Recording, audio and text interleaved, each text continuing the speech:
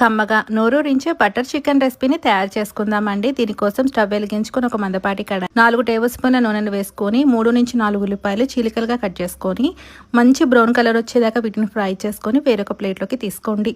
దీంట్లోనే 2 టేబుల్ స్పూన్ల బటర్ వేసుకొని కేజీ చికెన్ దాకా దీంట్లోకి వేసుకొని 1/2 టేబుల్ స్పూన్ పసుపు, టేస్ట్కి తగినంత సాల్ట్, 2 టేబుల్ స్పూన్ల కారం, 1 టేబుల్ స్పూన్ అల్లం వెల్లుల్లి పేస్ట్ వేసుకొని దీనంతా ఒకసారి మిక్స్ చేసేసుకొని మూత పెట్టి ఆయిల్ అంతా పైకి తేలేదాకా మీడియం ఫ్లేమ్లో పెట్టుకొని కుక్ చేసుకోండి.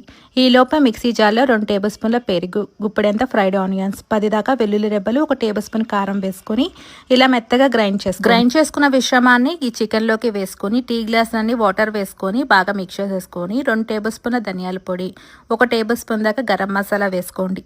దీన్నంతా ఇలా మిక్స్ చేసేసుకున్నాక మళ్ళీ ఆయిల్ అంతా పైకి తేలేదాకా ఉడికించేసేసుకొని గుప్పెడంత కరివేపాకు, గుప్పెడంత సన్నగా తరిగి పెట్టుకున్న పుదీనా మరియు కొత్తిమీర వేసేసుకొని మిక్స్ చేసేసుకొని స్టవ్ అనేది ఆఫ్ చేసేసుకొని సర్వ్ చేసేసుకోవడమే.